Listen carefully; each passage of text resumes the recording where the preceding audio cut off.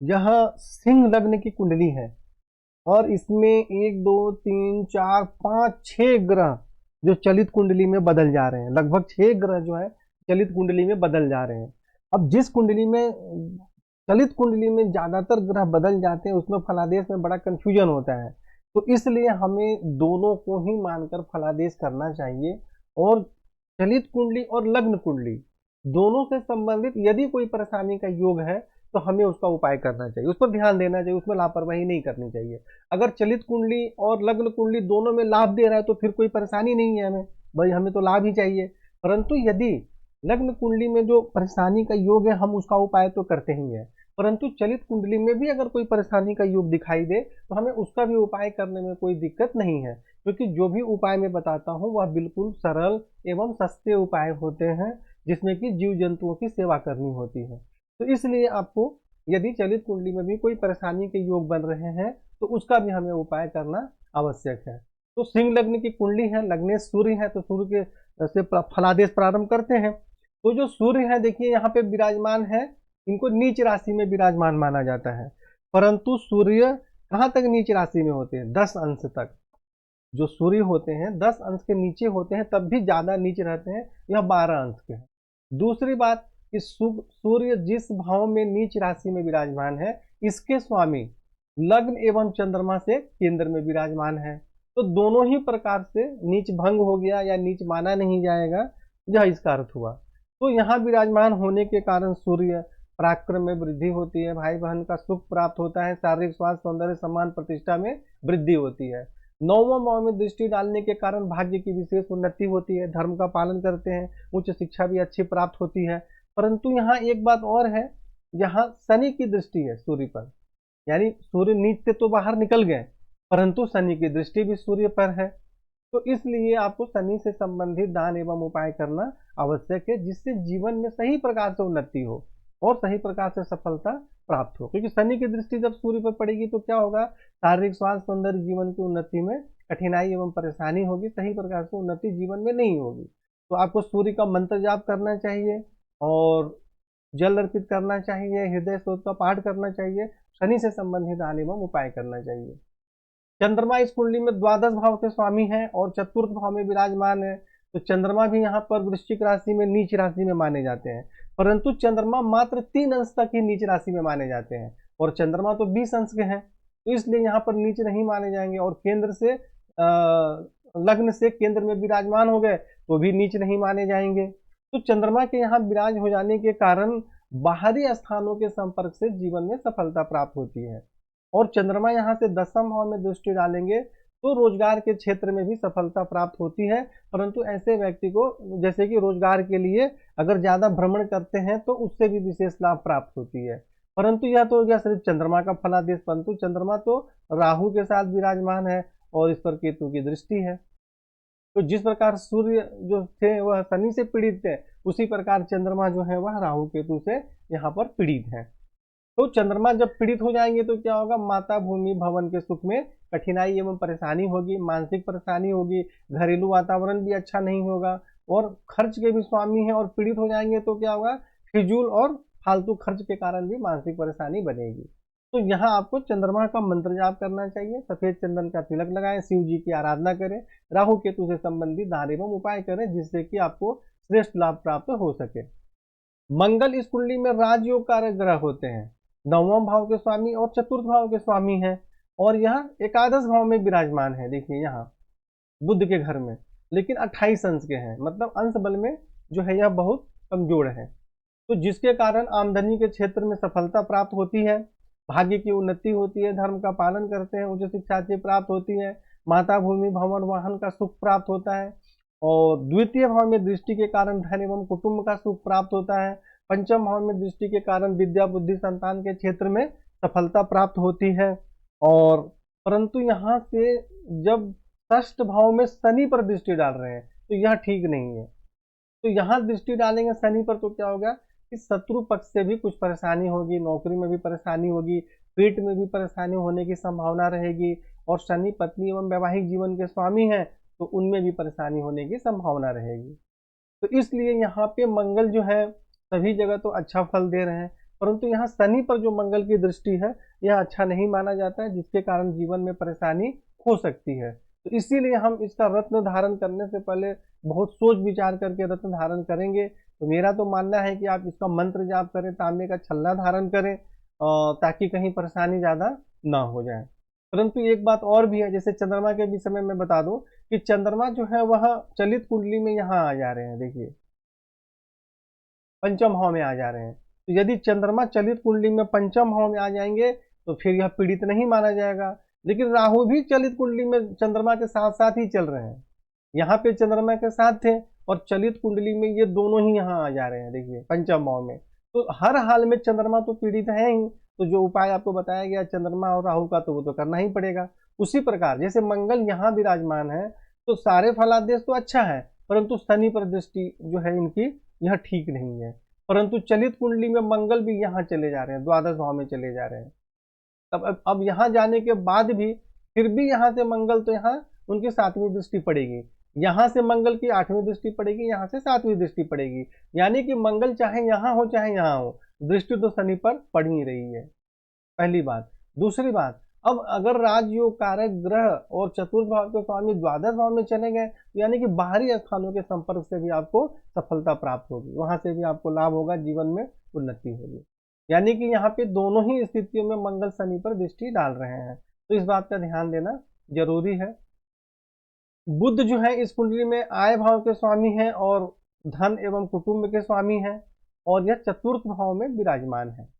तो चतुर्थ भाव में विराजमान होने के कारण माता भूमि भवन का सुख प्राप्त होता है, आमदनी अच्छी होती है, धन एवं कुटुंब का सुख प्राप्त होता है, धन का संग्रह होता है। दसम भाव में दृष्टि के कारण पिता राज रोजगार के क्षेत्र में सुख सम्मान एवं सफलता प्राप्त होती है, और बुध से संबंधित कार्य करने में भी बहुत अच्छी सफलता प्राप्त होती है। तो बुध को आप प्रबल करें, इसका मंत्र जाप करें, जिससे कि आपको आमदनी का श्रेष्ठ लाभ प्राप्त हो सके। जैसा कि मैंने पिछले कुंडली में भी बताया था कि चतुर्थ भाव में बुध को निष्फल भी माना जाता है, इसलिए यदि आप बुध को प्रबल करेंगे तो आपको आमदनी, धन, रोजगार सभी चीजों में अच्छी सफलता प्राप्त होगी। गुरु इस कुंडली में पंचम भाव के स्वामी है और अष्टम भाव के स्वामी है, आयु भाव के स्वामी है, और द्वितीय भाव में विराजमान है गुरु यहाँ पर। तो यहाँ विराजमान होने के कारण धन एवं कुटुंब का सुख प्राप्त होता है, धन का संग्रह होता है, विद्या बुद्धि संतान के क्षेत्र में सफलता प्राप्त होती है। यहाँ से गुरु दृष्टि डाल रहे हैं षष्ठ भाव में, तो यानी नौकरी में तो सफलता प्राप्त होती है, और आप अपने बुद्धि, विवेक, धन के माध्यम से शत्रु पक्ष पर प्रभाव स्थापित करने का प्रयत्न करते हैं। और यहाँ से स्वयं के घर में दृष्टि डाल रहे हैं, तो आयु में विशेष वृद्धि होती है, और गुरु ज्ञान के कारक है, पंचमेश भी है, और अष्टम भाव में स्वराशि में दृष्टि डाल रहे हैं। तो ऐसे व्यक्ति अपने किसी भी प्रकार के शोध, रिसर्च या इस प्रकार के कोई भी कार्य करते हैं तो उसमें सफलता प्राप्त होती है, और ऐसे में अचानक लाभ प्राप्त का भी योग बनता है, क्योंकि पंचमेश वैसे भी अचानक लाभ प्राप्त के होते हैं, ज्ञान के भी हैं, और धन भाव में बैठ के और वहां से देख रहे हैं, तो यह सब भी योग बनता है। तो गुरु का आप मंत्र जाप करें, जिससे कि आपको श्रेष्ठ लाभ प्राप्त और अच्छा हो सके। हालांकि गुरु किसी ग्रह से यहाँ पर पीड़ित नहीं है। और शुक्र के विषय में चर्चा करते हैं, तो शुक्र इस कुंडली में देखिए रोजगार के स्वामी है, तृतीय भाव के स्वामी है, और चतुर्थ भाव में विराजमान है। तो यहाँ विराजमान होने के कारण माता भूमि भवन वाहन का श्रेष्ठ सुख प्राप्त होता है, पराक्रम में वृद्धि होती है, भाई बहन का सुख प्राप्त होता है। और दसम भाव में दृष्टि डालेंगे खुद के घर में, तो पिता राज रोजगार के क्षेत्र में सुख सम्मान एवं सफलता प्राप्त होती है। और शुक्र से संबंधित भी कोई कार्य करेंगे तो बहुत ही अच्छी सफलता प्राप्त होगी, क्योंकि दसम भाव का स्वामी दसम भाव में ही देख रहे हैं। तो इस सबसे मेन मुख्य जो कार्य तो शुक्र से संबंधित ही मानना चाहिए कि भाई दसम भाव के स्वामी दसम भाव में देख रहे हैं, तो शुक्र से संबंधित ही कार्य को विशेष महत्व देना चाहिए। और चलित कुंडली में जो शुक्र है वह आ गए पंचम भाव, चलित कुंडली में जो शुक्र है वो पंचम भाव में आ गए, तो यहाँ भी शुक्र आ जाएंगे तो कोई बहुत ज्यादा परेशानी करने वाली नहीं है। विद्या बुद्धि संतान के क्षेत्र में तो सफलता प्राप्त होगी, रोजगार में भी सफलता प्राप्त होगी, और यहाँ से भी तो आय भाव में ही देख रहे हैं, तो आमदनी का बहुत अच्छा योग बना रहे हैं। तो इसलिए शुक्र से संबंधित कार्य करने में मेरे अनुसार अच्छी सफलता प्राप्त होगी।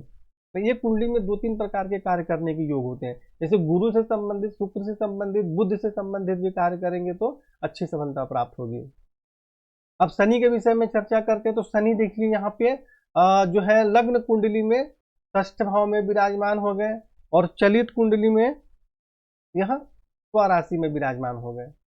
तो यहाँ विराजमान हो जाने के कारण पहले हम चलिए लग्न कुंडली का चर्चा करते हैं। तो यहाँ विराजमान होने के कारण और इस पर मंगल की दृष्टि भी है, तो जिसके कारण और मंगल की दृष्टि भी है और इस पर केतु की भी दृष्टि है।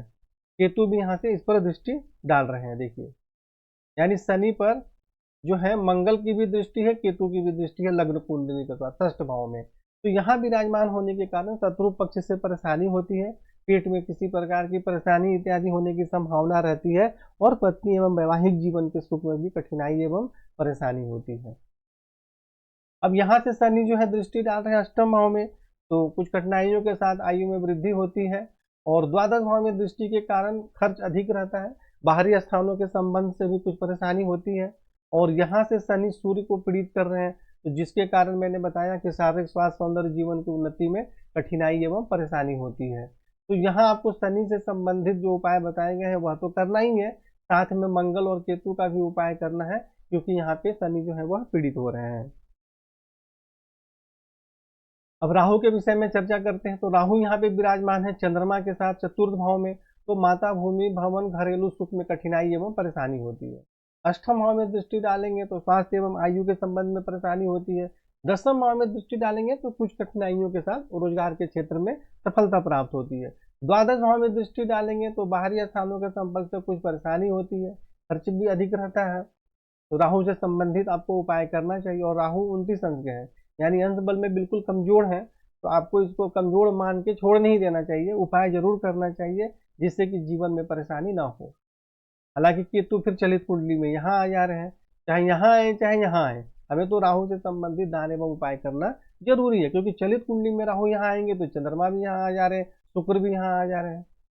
केतु यहाँ पर यहाँ की कठिनाइयों के साथ पिता राज रोजगार के क्षेत्र में सफलता प्राप्त होती है, धन एवं कुटुंब के सुख में परेशानी होती है। चतुर्थ भाव में दृष्टि के कारण माता भूमि भवन के सुख में कठिनाई एवं परेशानी होती है, और चतुर्थ भाव में जैसे चंद्रमा राहु और केतु दोनों से पीड़ित है, तो ऐसे में सीने से संबंधित परेशानी होने की संभावना रहती है, तो आपको स्वास्थ्य से संबंधित विशेष ध्यान देना चाहिए। और यहाँ से केतु जब शनि पर दृष्टि डालेंगे तो पेट में प्रॉब्लम होगी, वैवाहिक जीवन दैनिक रोजगार इन सभी क्षेत्रों में कठिनाई एवं परेशानी होगी, तो इसलिए आपको राहु केतु का दान उपाय करना जरूरी है। अब यहाँ देखिए, सबसे पहले राहु और केतु का तो दान उपाय तो करना है, इसमें कोई कंफ्यूजन नहीं है। शनि जो है वह अंश बल में मजबूत है, परंतु लग्न कुंडली में जो है वो षष्ठ भाव में चले गए, और चलित कुंडली में स्वयं के घर में चले गए, तो शनि से संबंधित रत्न इत्यादि धारण नहीं करना है, और क्योंकि इस कुंडली में आकारक भी होते हैं, जो आपको उपाय बताए गए हैं मंत्र जाप इत्यादि करना चाहिए, परंतु यहाँ शनि पर मंगल और केतु की दृष्टि के कारण पीड़ित हो रहे हैं, यह परेशानी का योग है। ऐसे में यदि शनि मंगल केतु इत्यादि से पीड़ित होते हैं तो नसों से संबंधित भी बीमारी होने की संभावना रहती है, और लग्न कुंडली के अनुसार ऐसे व्यक्ति को पथरी इत्यादि भी होने की संभावना रहती है। तो इन सब बातों पर ध्यान देना चाहिए, और आपको लोहे का छल्ला आप धारण कर सकते हैं, रत्न तो नहीं धारण करना है, बाएं हाथ की मध्यमा में लोहे का छल्ला आप धारण करें। और केतु का भी उपाय तो करना ही है, और मंगल इस कुंडली में राजयोग कारक ग्रह है, परंतु फिर भी मंगल को हम प्रबल नहीं कर सकते हैं, क्योंकि अगर मंगल जो है शनि को पीड़ित करेंगे तो फिर वैवाहिक जीवन में और बहुत ज्यादा परेशानी का सामना करना पड़ता है। इसलिए मंगल का भी जिस प्रकार हमने शनि के लिए बोला लोहे का छल्ला धारण करने के लिए, उसी प्रकार मंगल के लिए आप तांबे का छल्ला धारण करें, उसका मंत्र जाप करें, बाकी जो उपाय बताए गए हैं वह उपाय करें, और ऐसे व्यक्ति को महामृत्युंजय मंत्र जाप अवश्य करना चाहिए। तो महामृत्युंजय मंत्र जाप करने से स्वास्थ्य से संबंधित तो फायदा होता ही है, बाकी जो इस प्रकार के योग बनते हैं कुंडली में परेशानी वाले योग, तो वह परेशानी में भी जो बहुत कमी हो जाती है। महामृत्युंजय मंत्र जाप करने से स्वास्थ्य में भी फायदा होता है, और ग्रहों से संबंधित जो परेशानी वाले योग बनते हैं उसमें भी फायदा होता है। तो इस प्रकार आप उपाय करें और जीवन में आगे बढ़ें।